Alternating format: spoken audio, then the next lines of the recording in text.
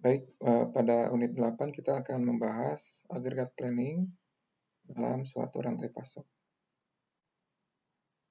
Tujuan pembelajaran kita kali ini ya, yang pertama adalah untuk mengidentifikasikan keputusan-keputusan yang perlu diambil ya dalam perencanaan agregat. Kemudian memahami pentingnya perencanaan agregat dalam suatu aktivitas rantai pasok. Kemudian bisa menjelaskan informasi yang dibutuhkan untuk membuat suatu perencanaan agregat ya. Kemudian juga bisa menjelaskan ya trade-off yang perlu dipertimbangkan ketika membuat suatu perencanaan agregat.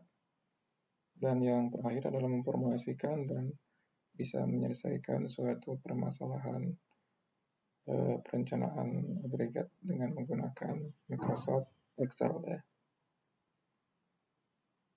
Nah, untuk yang kelima ini sudah dibuat ya beberapa video, silakan untuk dipelajari ya. Baik, kita masuk di peran dari agregat planning dalam suatu rantai pasok ya. Permasalahannya adalah ketika kapasitas itu terbatas ya dan juga mahal, dan juga untuk memproduksi suatu produk itu membutuhkan waktu. Sehingga di sini kita memerlukan suatu perencanaan ya. Nah, di sini muncullah perencanaan agregat ya.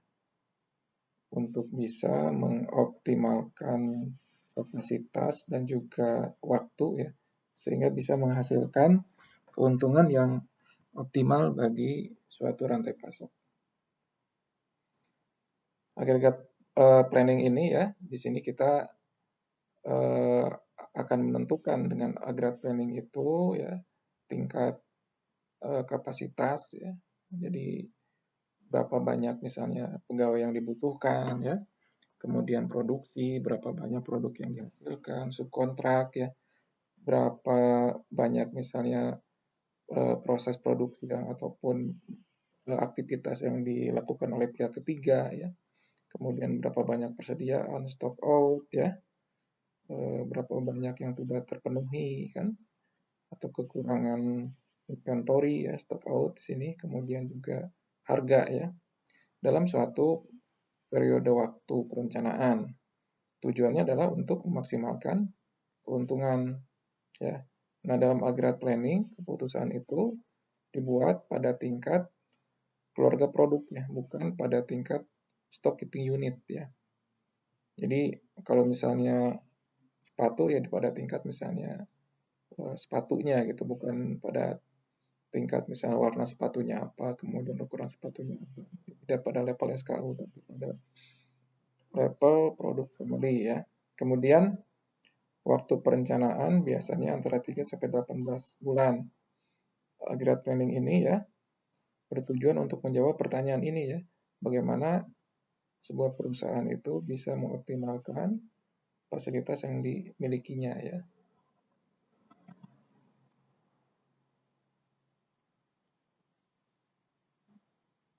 Nah, peran agregat planning dalam rantai pasok. Nah, ini beberapa parameter operasional ya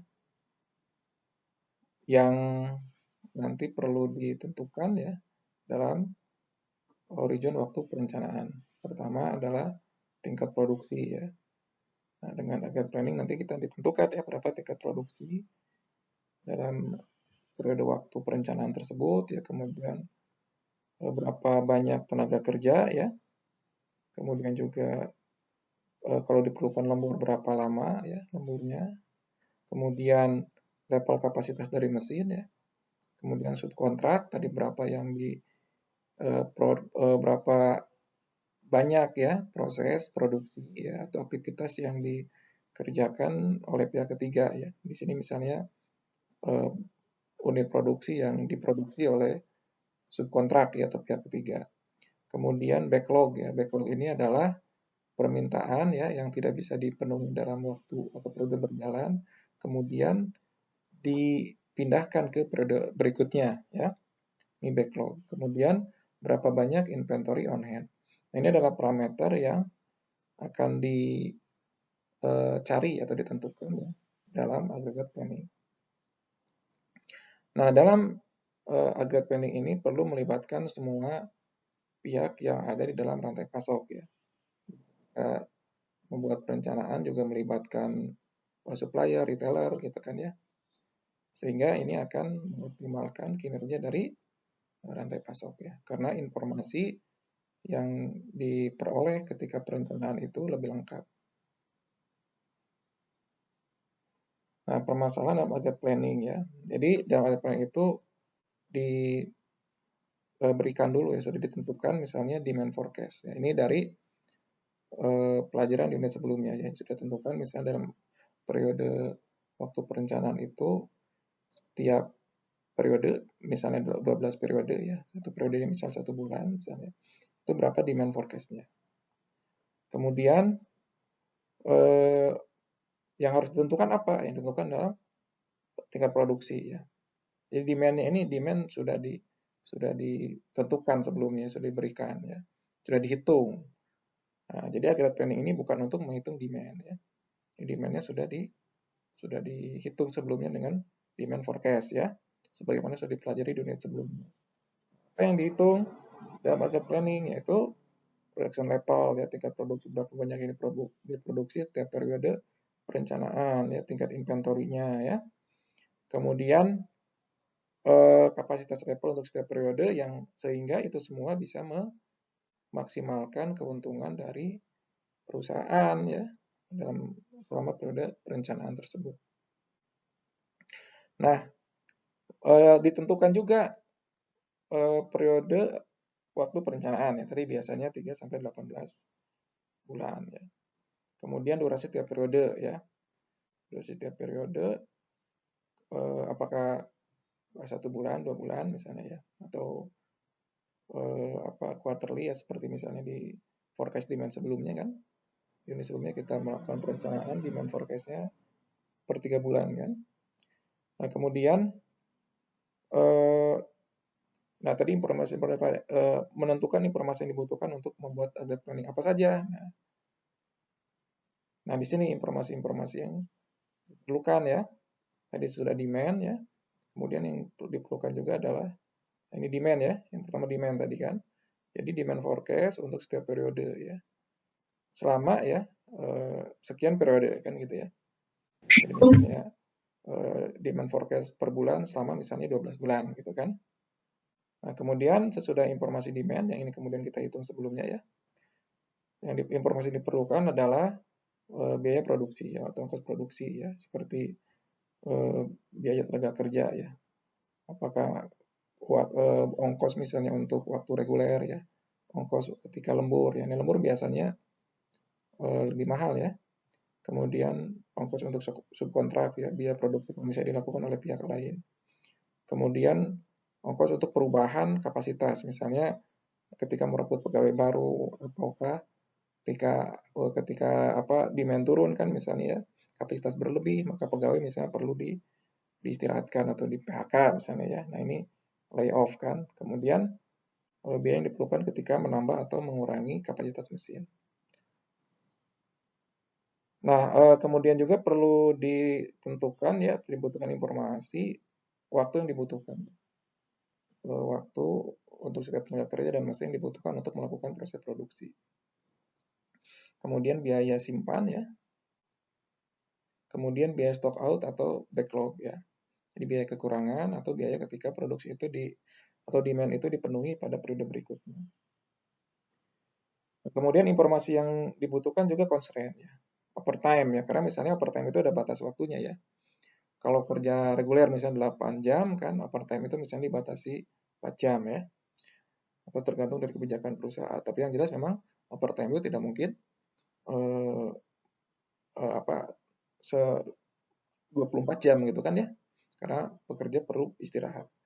Nah, kemudian layoff ya, dibatasi dengan misalnya berapa yang di layoff atau aturan-aturan tentang layoff atau pemutusan hubungan kerja. Kemudian biaya yang dimiliki ya, atau keuangan yang dimiliki oleh perusahaan. Kemudian stock out ya, backlog dari supplier. Nah, ini adalah informasi-informasi yang diperlukan sebelum kita melakukan melakukan perhitungan aggregate planning. Outputnya apa ya? Output dari aggregate planning itu nanti adalah jumlah produk ya. Jumlah produk dihasilkan ketika waktu reguler, overtime, atau dari subkontrak. Kemudian juga berapa produk yang disimpan di dalam inventory. Kemudian jumlah backlog atau stock out. Kemudian bertambahnya atau berkurangnya kapasitas mesin. Nah, kalau kita atau kalau misalnya aggregate planning ini tidak dilakukan dengan baik, ini akan berakibat kepada loss sales ya. Loss sales itu adanya demand yang tidak bisa dipenuhi ya. Kemudian bisa juga akan berakibat kepada loss profit ya. Hilangnya keuntungan, kemudian juga excess inventory ya. Excess inventory karena perencanaan yang tidak baik maka akan ada penumpukan produk di gudang. Atau juga excess capacity ya karena perencanaan yang kurang baik, misalnya kita sudah membeli mesin, ternyata mesin tersebut tidak bisa digunakan atau kita sudah merekrut tenaga kerja tapi tenaga kerja itu misalnya tidak optimal untuk bekerja. Ini adalah output dari aggregate plan ya. Nah, berikutnya adalah mengidentifikasikan agregat unit dari produksi ya. Jadi aggregate unit itu perlu diidentifikasikan ya, sehingga nanti ketika dilakukan disagregasi ya, dalam membuat jadwal produksi itu bisa dikerjakan ya, dan jadwal produksi tersebut sesuai ya gitu ya. Nah, jadi kita perlu menentukan aggregate unit yang memang tepat ya. Karena tadi prosesnya itu dari disagregasi ke agregasi, kemudian ketika kita sudah dapatkan agregatnya nanti akan didisagregasi untuk menghasilkan jadwal produksi. Nah, kemudian fokus kepada bottleneck ya. Ketika memilih agregat unit ya dan mengidentifikasikan kapasitas dan juga waktu produksi. Nah, perlu dipertimbangkan juga ya aktivitas seperti waktu setup dan maintenance ya. Ini tidak memberikan nilai tambah, tapi tadi ada waktu yang perlu dialokasikan untuk setup dan juga maintenance. Ini contoh Red Tomato Tools ya. Silakan bisa dipelajari, ini videonya sudah dibuat ya.